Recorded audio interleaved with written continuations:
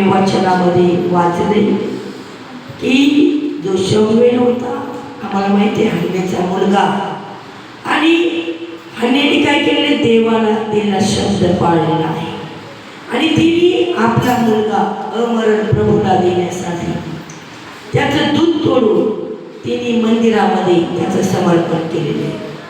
आणि मग तो मंदिरात वाढला गेलेला नाही.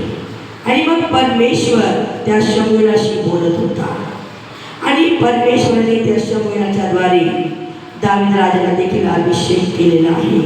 त्यानंतर आम्ही पाहतो शाऊलाला देखील परमेश्वराने ज्यावेळेस परमेश्वर या वचनात सांगते की परमेश्वराची जी प्रजा इस्रायल लोक याजवर राजा होण्यासाठी परमेश्वराने शमूएलाला शाऊलाला अभिषेक करण्यासाठी पाठवलं होतं. आणि मग त्या शाऊलाने ज्यावेळेस परमेश्वराने त्याला सांगितलं होतं की जे इस्रायल लोक मिस्रामधून येत आहेत आणि जो अमालेक होता तो त्यांच्या मार्गात त्यांच्यावर हल्ला करण्यासाठी बसला होता.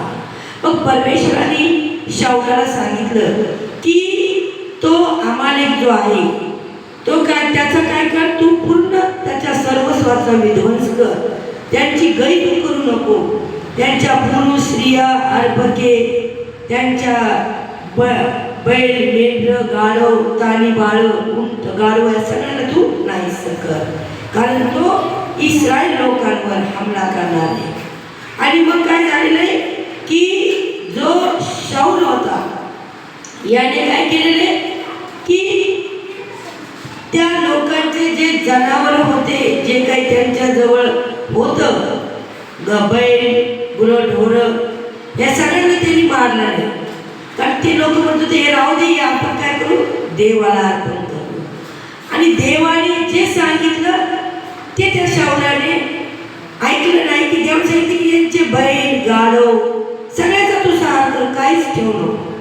परंतु त्यांनी काय केलं, त्यांनी जे काही त्यांची धनसंपत्ती त्याची लूट केली. आणि लूट केल्यानंतर त्याला वाटलं की मी जे करते ते चांगलं करते. परंतु देव एक वचन, त्याचा जो शब्द आहे तो शब्द आहे. आणि मग शमूएलाला परमेश्वराने सांगितलेलं असताना यांनी लोकांचं ऐकून ते केलेले. आणि मग काय झालेलं, देवाने त्या शमूएलाच्या हाती पुन्हा शाऊलाला सांगितलं की त्याने माझा शब्द पाळला नाही, म्हणून मी काय करणार आहे, मी त्याला त्याच्या राज्यपदावरून काढून टाकणार आहे.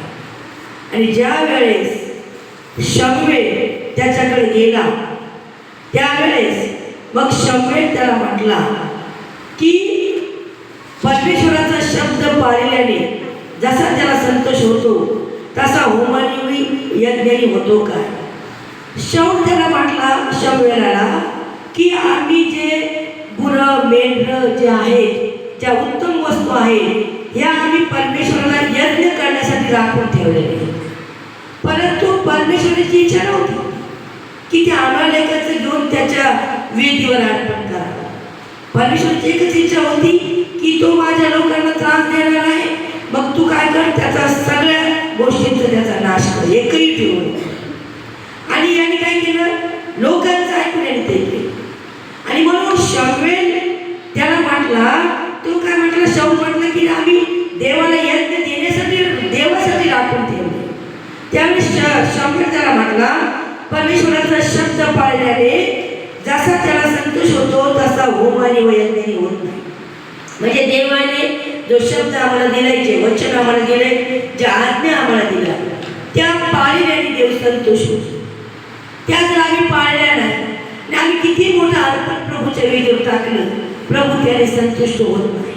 कारण आम्ही उघड तिकडे देवाचा अपमान करतो आणि आम्ही देवाला काय करतो, मोठ्याला वस्तू देऊन आम्ही त्याला संतुष्ट करायचा प्रयत्न करतो. देव लालची नाही, देव भिकारी नाहीये. पण देवाने काय केले, आम्हाला एक नियम लावून दिलेला आहे की आम्ही देवाचा आदर सन्मान करावा. आणि म्हणून देवाने आम्ही ज्यावेळेस वेदीवर येतो त्यावेळेस आम्ही रिकामं येऊ नये, तर आम्ही काय करायला पाहिजे, आम्ही अर्पण घेऊन आलं पाहिजे. कारण देव कोण आहे, राजा आहे. आणि राजाला ज्यावेळेस भेटलं जाते त्यावेळेस त्याला तोंड घेऊन जातात का, नाही. तर राजाला काय करतात, त्याला संतुष्ट करण्यासाठी त्याला अर्पण घेऊन जातात.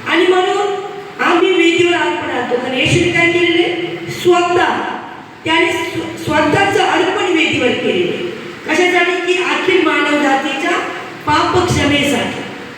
आणि म्हणून परमेश्वराने काय केलेलं आहे? ज्याप्रमाणे आम्ही पाहतो काईन आणि हाबेल दोघं भाऊ होते आणि हाबेलाने काय केलेले? त्याचं दष्टपुष्ट मेंढरू वेदीवर अर्पण केलेले आणि ते वेदीवर अर्पण केल्यामुळं त्याने चांगल्या मनाने केलेले, स्वच्छ मनाने केले आणि म्हणून काय झाले? त्याचं अर्पण देवापर्यंत गेले. पण जो मोठा भाऊ होता त्याने काय केलेले? त्याने वरचंवर मनाने केलेले आणि म्हणून देवाने काय केलेले? त्याचं जे अर्पण होतं ते स्वीकारलं. त्यावेळेस काय झालं? त्याला क्रोध आला आणि त्याने आपल्या भावाचा खून केला आणि मग त्या भावाचं रक्त त्याने वेदीवर एक चांगलं अर्पण वाहिल्यामुळे देवाला त्यांनी संतुष्ट केल्यामुळे ते रक्त ओढत देवाकडे गेले आणि मग ते त्याने येशूला त्या रक्ताचा जो उत्तर आहे ते देण्यासाठी पाठवलेले की निर्दोष रक्त या भूतलावर वाहिलं गेलं नाही पाहिजे. म्हणून मी त्यांनी येशूला तुमच्या आणि माझ्यासाठी काय केले? वेदीवर त्याचं अर्पण केलेले, त्याच्या स्वदेहाचं अर्पण केलेले. कारण आपण वचन पाठीमागच पाहिले की शरीराचं जीवन रक्तात असतंय आणि त्यांनी आपल्यासाठी वचन सांगते की त्यांनी वेदीवर काय केलेले? स्वदेह स्वतःचं तुमच्या पश्चातापासाठी अर्पण केलेले आणि म्हणून येशूने सगळं केलेले. मग येशूने पित्याचा शब्द स्वीकारलेला आहे. प्रभू येशूने पित्याचा शब्द स्वीकारलेला आहे आणि म्हणून येशूने आमच्यासाठी रक्त सांडलेले. मग देव आम्हाला जे सांगतो ते आम्हाला ऐकलं पाहिजे. आम्हाला त्याच्या व्यतिरिक्त काही करायचं. देवाला ते आम्हाला एक धन दौलत नव्हतं पाहिजे. कारण देवाच्या लोकांना तो आम्हाला काय करत होता? त्यांना त्यांच्यावर चढाई करायला टपून बसवत, त्यांना मारायचं आणि मग देवाला त्याचं धन घ्यायचं नव्हतं. तर देवाने काय केलं? त्याला सांगितलं त्याचं काही नाही, त्याचं सगळं मारून टाक, त्याचा काहीच बचाव करू नकोस. आणि यांनी काय केलं की देवाला वाटलं देवाला यज्ञ म्हणून देण्यासाठी यांनी ते केलं आणि म्हणून शमूएल जो देवाचा सेवक संदेशला तो त्याला म्हणतो की देवाला या होमार्पणाने मोठमोठे तुम्ही होमार्पण दिलेले त्याने संतोष होत नाही. तर देवाला संतोष कसे होतो? की त्यांनी जे सांगितले तुम्ही ते ऐका, तुम्ही त्याच्या आज्ञा पाळा, त्याच्या वचनाला तुम्ही जागृत राहा. पुढे तो काय म्हणतो? येडक्यांच्या वपेपेक्षा वचन ऐकणे बरे. येडक्यांच्या वपेपेक्षा तुम्ही वचन ऐकायचे की देव काय म्हणतो आणि देव काय म्हणतो आम्ही ते करायला पाहिजे. दुसरी गोष्ट काय सांगितलेली आहे की अवज्ञा जादूगिरीच्या पातकासा आहे. आपल्याला वाटतंय आम्ही काय झालं एक आज्ञा मोडली तर, पण या ठिकाणी वचन सुस्पष्ट सांगते की अवज्ञा देव आम्हाला जे सांगतोय ते जर आम्ही ऐकत नाही, आम्ही आमच्या मनाच्या हट्टाप्रमाणे चालत आहोत, आम्हाला जे चांगले ते आम्ही करत आहोत, आम्ही रविवारीच वचन ऐकले की जगातल्या रीतिरिवाजाप्रमाणे आम्ही करत आहोत, तर रीतिरिवाजाप्रमाणे आम्ही जर जगत आहोत. या ठिकाणी वचन सांगते की जसा एक जादूगार आहे तो जादू टोणे करून लोकांना त्रास देतो आणि त्या जादूगाराचा शेवट पुढे नरकामध्ये तो नाश पावणार आहे. आणि म्हणून या ठिकाणी वचन सांगते की जर आम्ही देवाची आज्ञा पाळत नाही तर हे पाप जादूगिरीच्या पापासमान आहे. दुसरी गोष्ट आहे हट्ट. आम्ही जर एखाद्या गोष्टीचा हट्ट करत आहोत, देव आम्हाला म्हणते करू नको, देव म्हणते हे तुझ्यासाठी योग्य नाही आणि आम्ही तेच करत आहोत, आम्ही हट्ट पकडून नाही मला हेच पाहिजे, ते पाप मूर्ती पूजे समान. आम्ही जरी मूर्ती पूजा करत नाहीये पण मूर्ती पूजे समान ते पाप धरले गेले. कारण का? मूर्ती मनुष्य हाताने बनवतो, त्या मूर्तीला ऐकू येत नाही, बोलता येत नाही, पाहता येत नाही, काहीच नाही. आणि तो मनुष्य काय करतो? त्याला जिथे पाहिजे तिथे बसवतो, त्याला त्याच्या मनाला जसं वाटतं तसं त्याचा खेळ करतो आणि म्हणून देवाला त्याचा वीट आहे.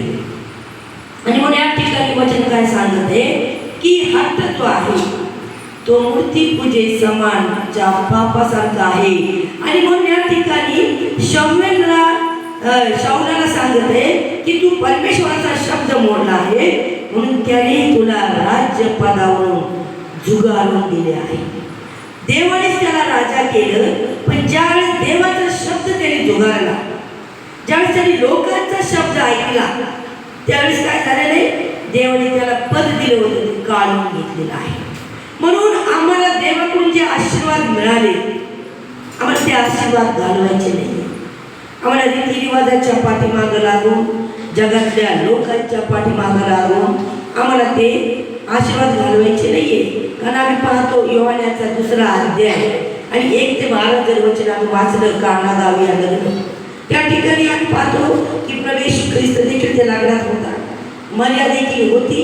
आणि काय केले, ज्यावेळेस त्याचा द्राक्षारस संपला त्यावेळेस मर्याने काय सांगितलं, येशूला आज्ञा केली की या लग्नातला द्राक्षारस संपलाय, तू काय कर, तू इथं द्राक्षारस बनव.